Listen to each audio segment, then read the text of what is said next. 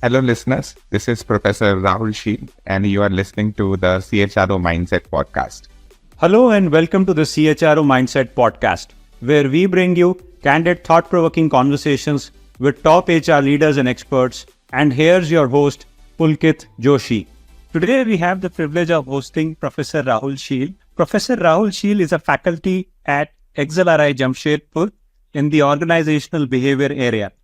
He specializes in teaching change management, organizational design, and leadership courses. He holds a PhD in organizational behavior from IIM Ahmedabad. He has trained working executives in middle management and senior management roles for various company programs covering Coca-Cola India, NTPC, NPCIL, NHPC, Power Grid, ONGC, Tata Steel, Mahindra, L&T, and many other organizations. Professor Sheel has conceptualized, coordinated and instructed the first online executive program in India in the domain of leadership and change management in 2016 and has trained over 1,000 senior executives from various companies who enroll in this program. He has worked with various companies to develop customized leadership development programs for senior level executives. Professor Sheel also offers an in-person certification in change leadership, which is highly useful for senior leaders in any role. Additionally, Professor Sheel's consultancy services include conducting organizational assessments and providing strategic guidance to enhance leadership effectiveness.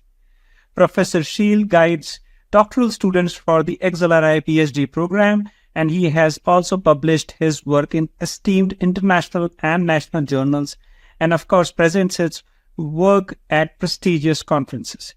Professor Sheel, thanks for taking out time to speak with us today, and welcome to the CHRO Mindset podcast. Thank you. Thank you so much for having me. Great. So let's get started with an icebreaker question, Professor Sheel.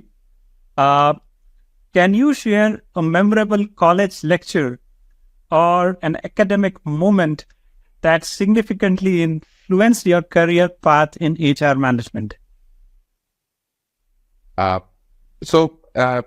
It would not be a college lecture, but it was one of those times when I was working, and I would see different teams in my organization, with different kinds of success. So there was my team, which had a lot of variety, and they were extremely successful. There was a lot of collegiality, a lot of collaboration, and then there were other teams that had a lot of dysfunction, a lot of finger pointing at each other. And I would always ask HR that why this is happening. It's the same organizations, the same policies, and why teams behave in different ways. And that is when my HR told me about courses in organizational behavior and said, why don't you study about it? And that's where I developed interest in studying more about organizations. And I joined fellow program in management at IIM Ahmedabad.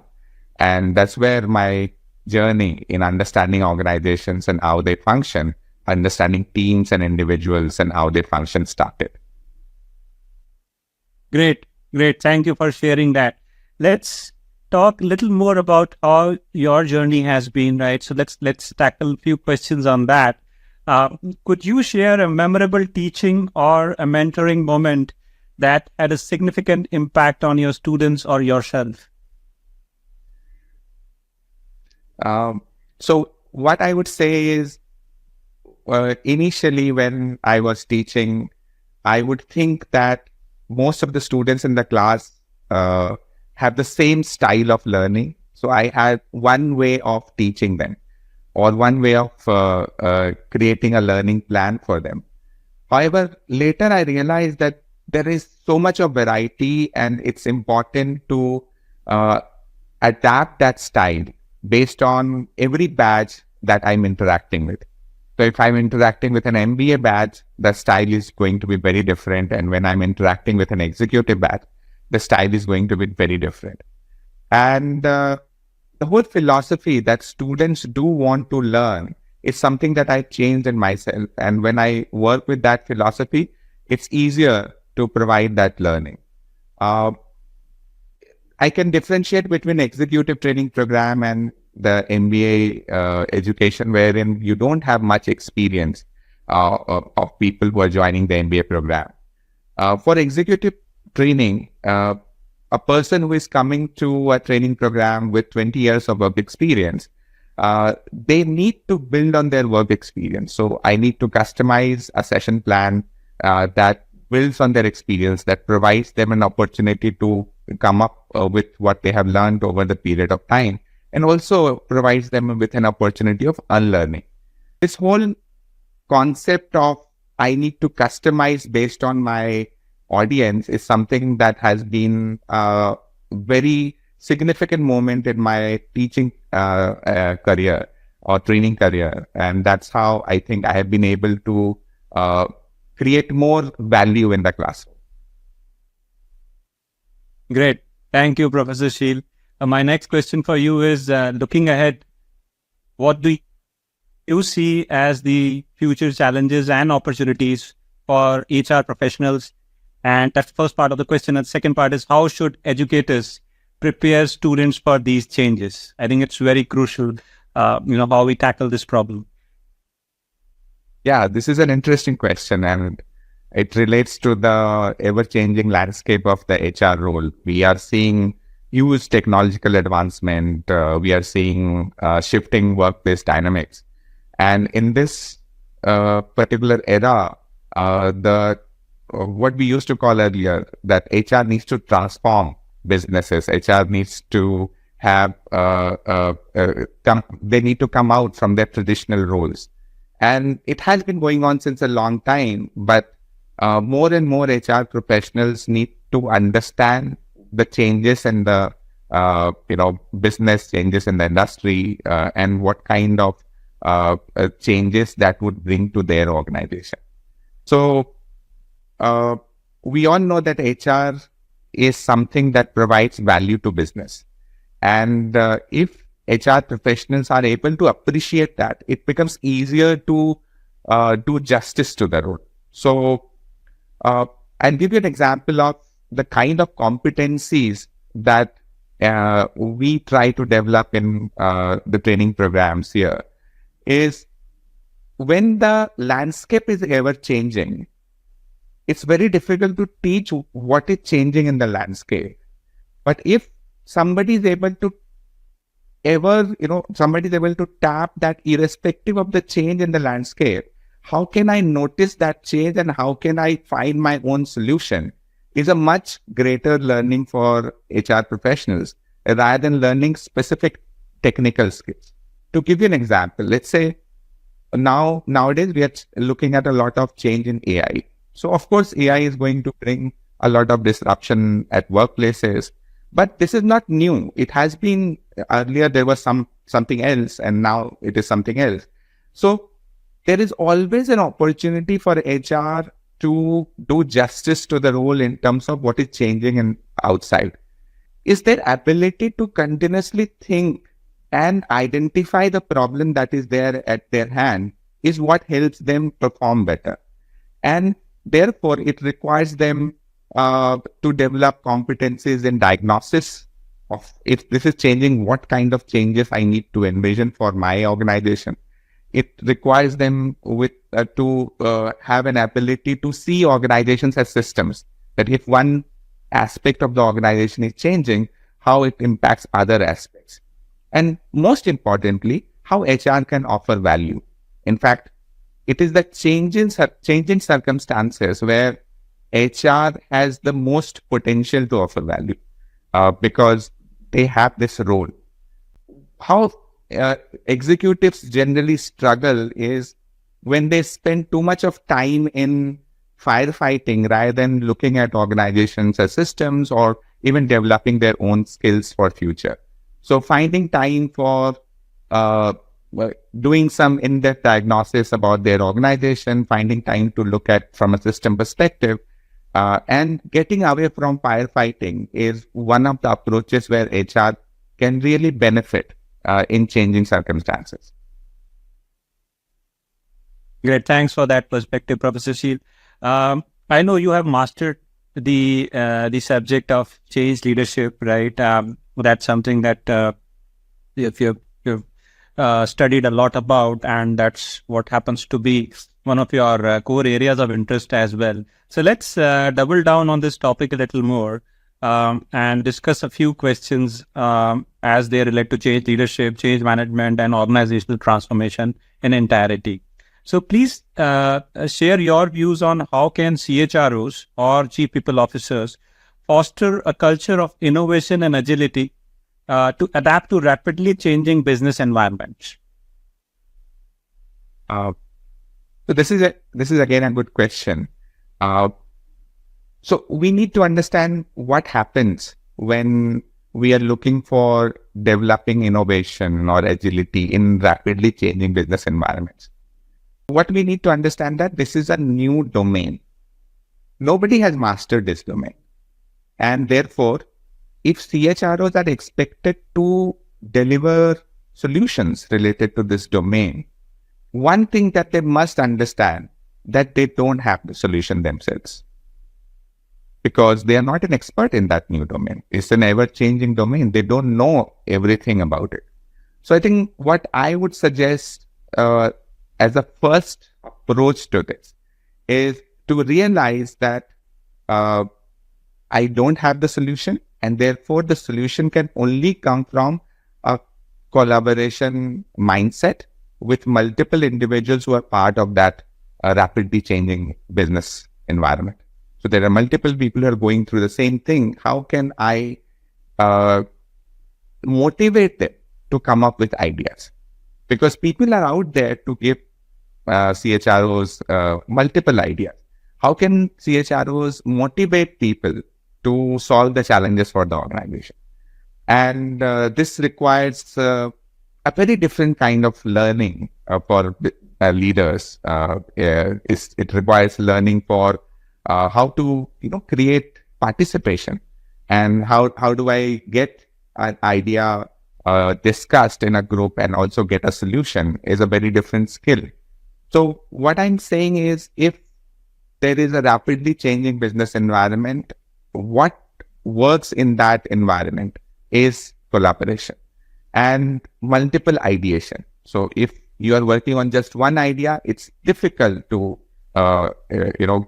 create an innovation that is likely to work. I might have to have multiple ideas developing in parallel to be able to probably get one or two ideas that will probably be successful and will have the potential for the market.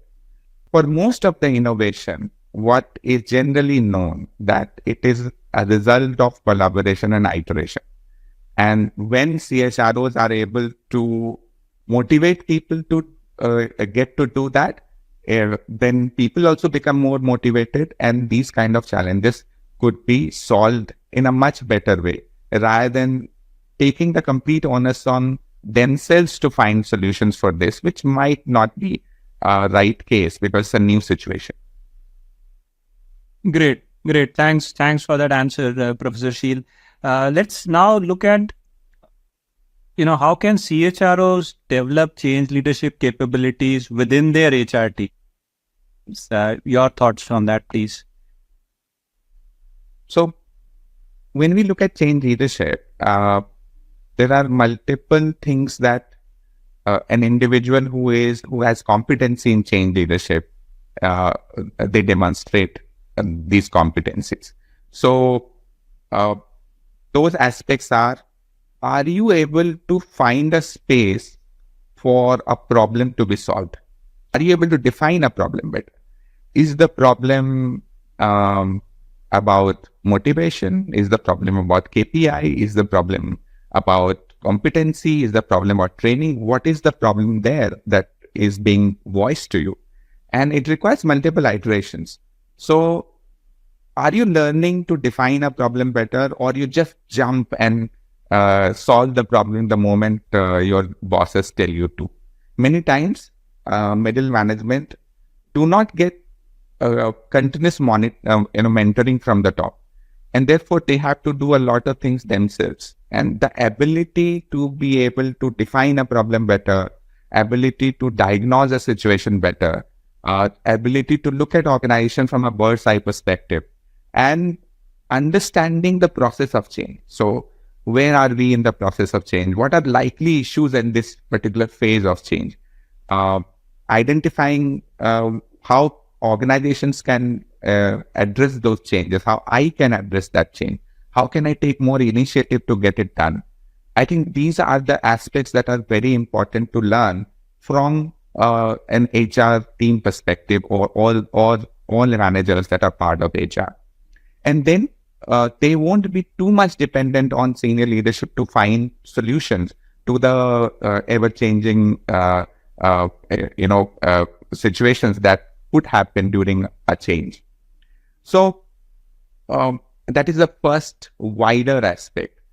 The second aspect I would say is the success of HR depends a lot on your persuasion skills, because you have to really persuade a lot of people in doing multiple things. So developing their own persuasion skills and having multiple ways of persuading rather than only one is something that is likely to give them a lot of success. And lastly, we must realize that HR is a service function, and therefore the CHROs must develop that culture of a service mindset in HR professionals, because ultimate goal is to add value to business.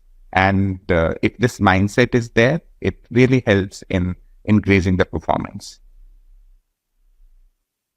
Great. Thanks, Professor Sheel, for that detailed answer. Now, let's look at another nuance, and it's about coaching and mentoring. So according to you, what role does coaching and mentoring play in supporting leaders and managers during change initiatives, first? And second, how do CHROs facilitate these developmental interventions? A lot, really. Coaching and mentoring can really play a huge role, particularly in changes that are, more transformative in nature, wherein there is a considerable change in values, there is a considerable change in the way we do things in organizations. And when this is happening, we must realize that irrespective of what organizations ask their managers or leaders to do, they are ultimately also individuals. So what I always emphasize is, can you understand how individuals behave? And by understanding how individuals behave, you can probably understand what kind of systems or processes we need to bring in a particular context. Say, for example, when a transformative change is going on in an organization, then leaders could be scared. The managers could be scared because it requires a lot of new learning. They may not feel very confident about things. They may feel confused. And therefore, they may have a lot of stress. Now, this is where coaching and mentoring helps, particularly coaching in this situation, wherein how do we work with leaders to help them see how they can do better? What are their, frustrations? What they think, whether they have the self-efficacy in performing in when a change is going on. And if they are able to do that, they would be probably more open to learning in such situation, because they will identify that, the kind of issues that I am going through, there is a solution for that.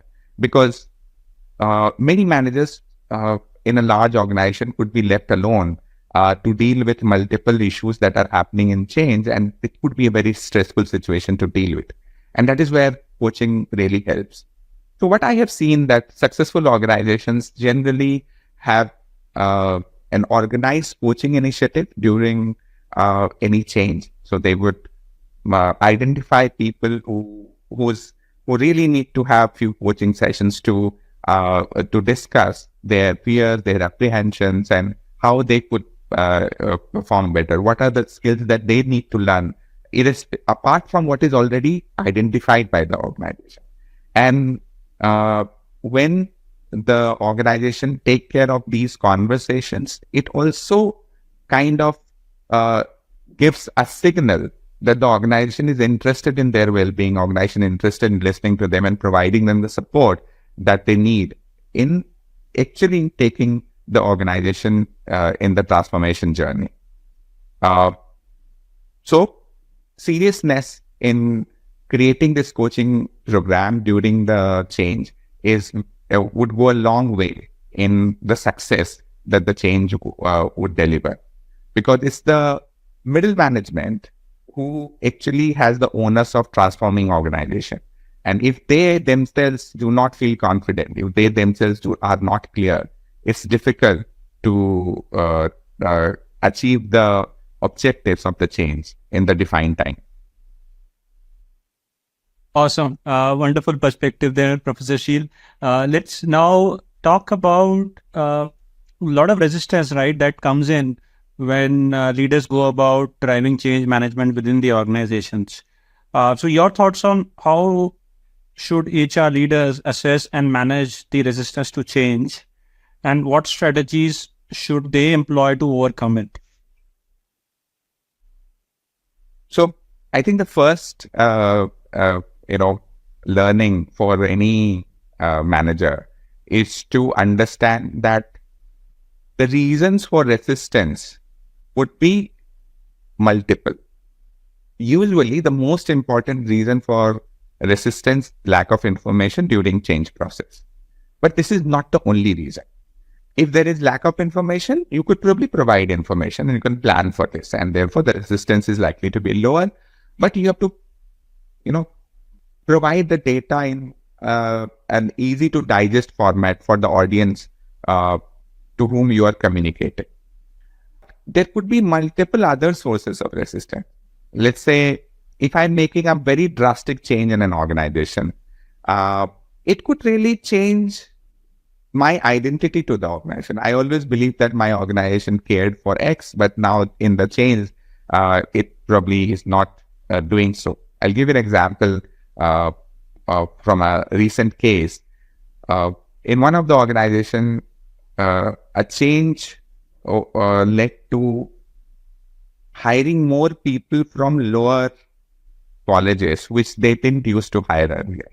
So the organization only used to hire from top colleges, and these are engineers. And when organizations started hiring from all other places, many of the earlier employees started feeling that it's not the same organization, because we were a club of very premier engineering graduates, but we are no longer that. Anybody is coming in, and that changes the way you connect with the organization. And there were, of course, many other changes.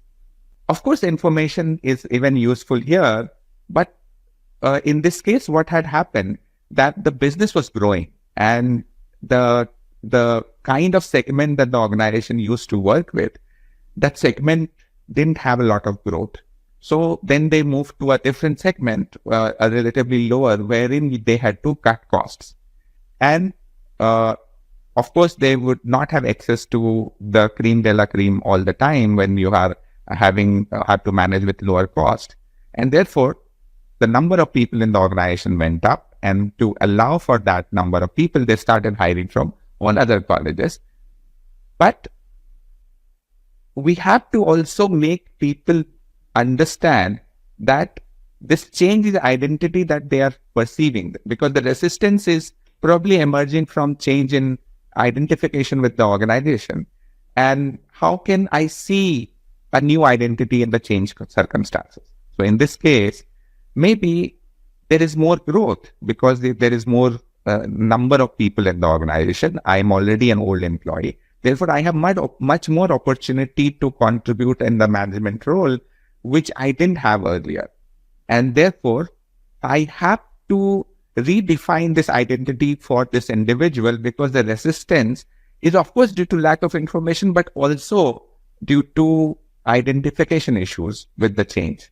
So when people just resist because they don't have information helps, but people could resist because of a lot of reasons. We need to find out what those reasons are. I'll give you another example. sometimes people resist because it's not that they disagree with change, but maybe they are occupied, they're busy, or sometimes they're lazy, and that is an accepted, information. And therefore, if people don't find time or they are lazy to work on the new change initiative that you want them to work on, we have to remind them all the time, because if we don't, they might not follow through. So understanding multiple sources of resistance and then adopting multiple strategies and thinking that all resistance is due to just one reason would be a mistake. So find out, interact in the organization, get insights about resistance, and then I would suggest to adjust the strategy. And that would be really helpful. Great thoughts there, and what a wonderful framework to look at it, Professor Sheel. Thank you for sharing that. Let's now talk about what steps should HR leaders take when it comes to addressing the emotional and psychological aspects of change for employees, particularly during times of uncertainty and ambiguity, right? It could be maybe M&A as an example, right? So these are moments where people are not very sure about how things are going to pan out. So your thoughts on that, please. So I think first is recognizing that people are going through phases of stress or phases of uncertainty. They are going through fear, and identifying that this is the case. Now, depends M&A, because you use the context of M&A. There are multiple things that happens in M&A. At some places, the M&A process would have a lot of fear that would I be laid off, and that's a very different discussion to go through. But I would assume that, let's say the process has been done, and of course the people who are left are kind of expected to be retained. Now they might still have fear of what is going to happen. They might still have fear about which process will be retained, whether their organization process or the other one. And in this case, it has been seen that if you are able to even have the feedback coming in of the kind of emotions that people are going through, then you can design interventions. You can probably even assure them about things that are possible within that circumstance. Because it is M&A, sometimes it's difficult to assure them of continuity, but then it is possible to assure them about improvements. It is possible to assure them about what the organization is doing, and how it is going to add value, and how their role is meaningful here. People need to find that they are the one who are also meaningful for the organization. They are contributing to the organization, and then the fear might come down.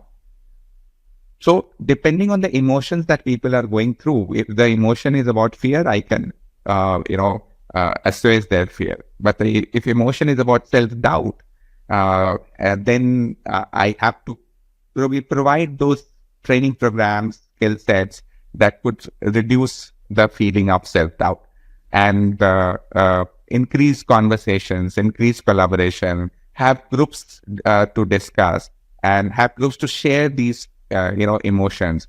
And all of these together probably would be helpful in such a tricky situation, if I would say, such as M&A. Great, thanks for that response. Let's now switch gears. I think we have had a great discussion here, mini discussion here on change management. Thanks for sharing all those insights. Let's now talk about HR technology, right? So in your academic research, Professor Sheel, have you come across any emerging trends or innovations in HR technology that you personally find, very intriguing and promising?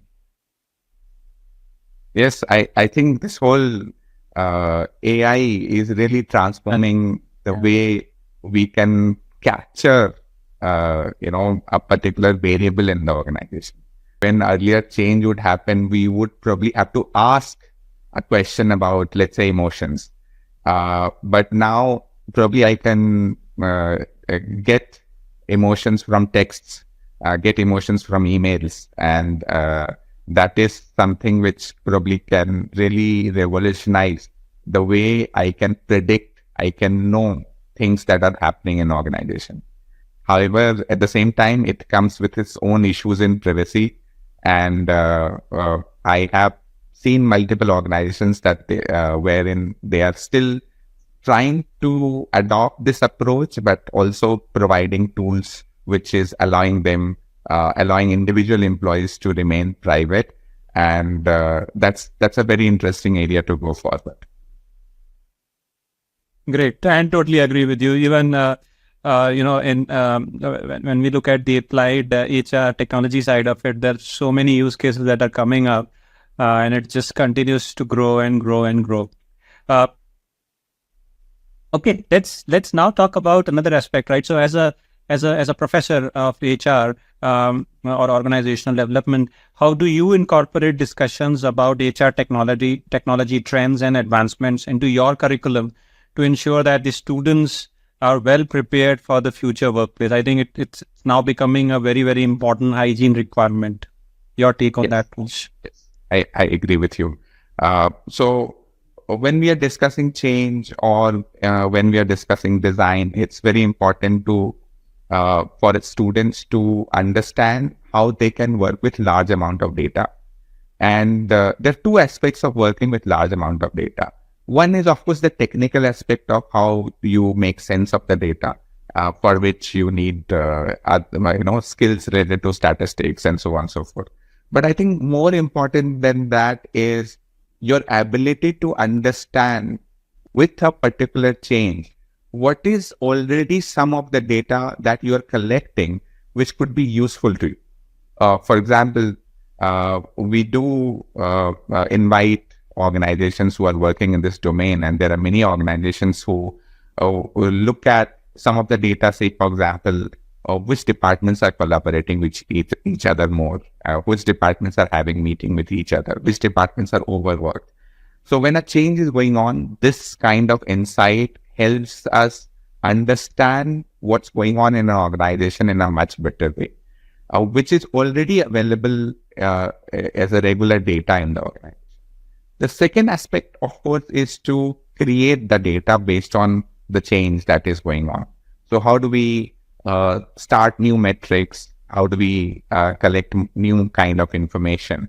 And then when this is going on, how do you use large data to make sense of patterns of data rather than individuals? So that is, I think, very, very important.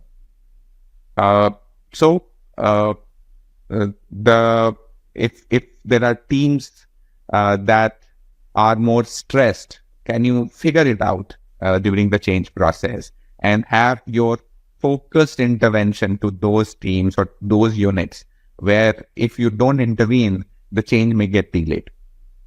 So large data allows us to see those patterns,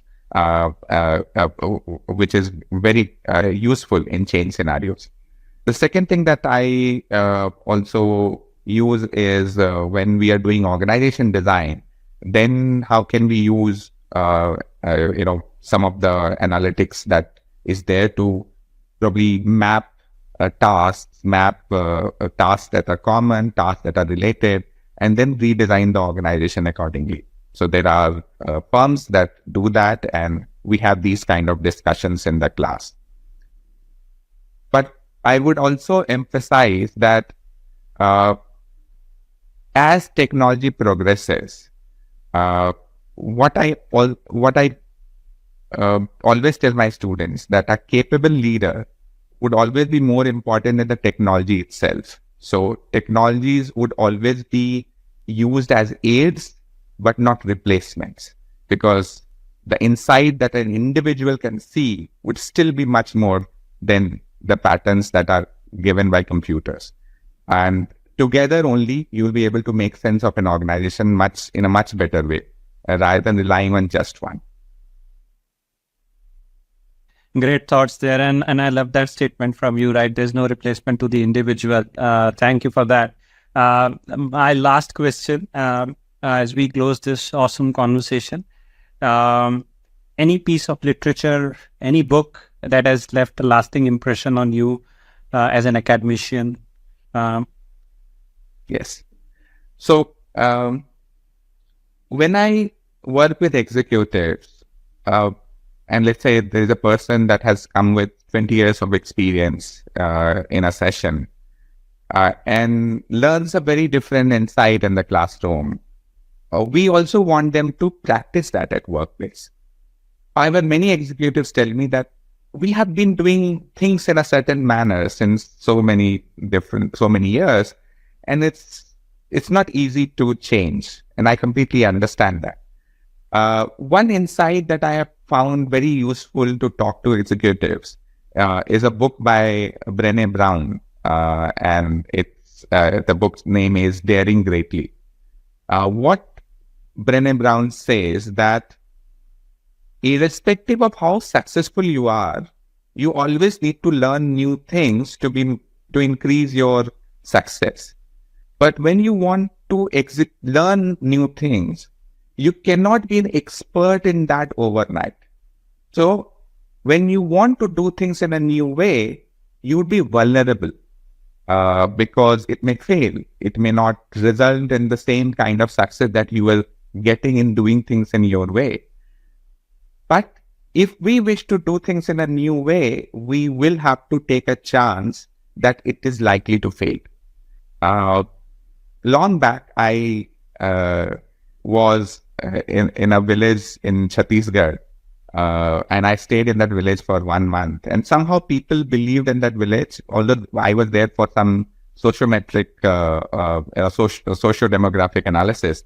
But somehow people believe that I'm there to learn Chhattisgarhi. So every time a person will just pull me and start teaching me Chhattisgarhi. I learned the language a bit in that process. So I would start speaking and there'll be many women in the village who will start laughing at me. And I would stop. I would start again in Hindi. And one of the women told me that, Bhaiya, if you laugh and you stop speaking, you'll never be able to learn. So even if you are laughing, you keep on speaking, and that's when you will learn. Yeah. And that was so great insight for me. And I kept on going, and I was very fluent in the language in just 1 month. And that is a lifelong lesson for me. I can connect it with Brené Brown when she says that you need to be vulnerable and you have to accept that vulnerability, that you will not be an expert when you're learning new things, when you're doing new things. And that connects with change as well. That was a topic of our discussion today. Great. Thank you. Thank you for sharing that. What a wonderful story.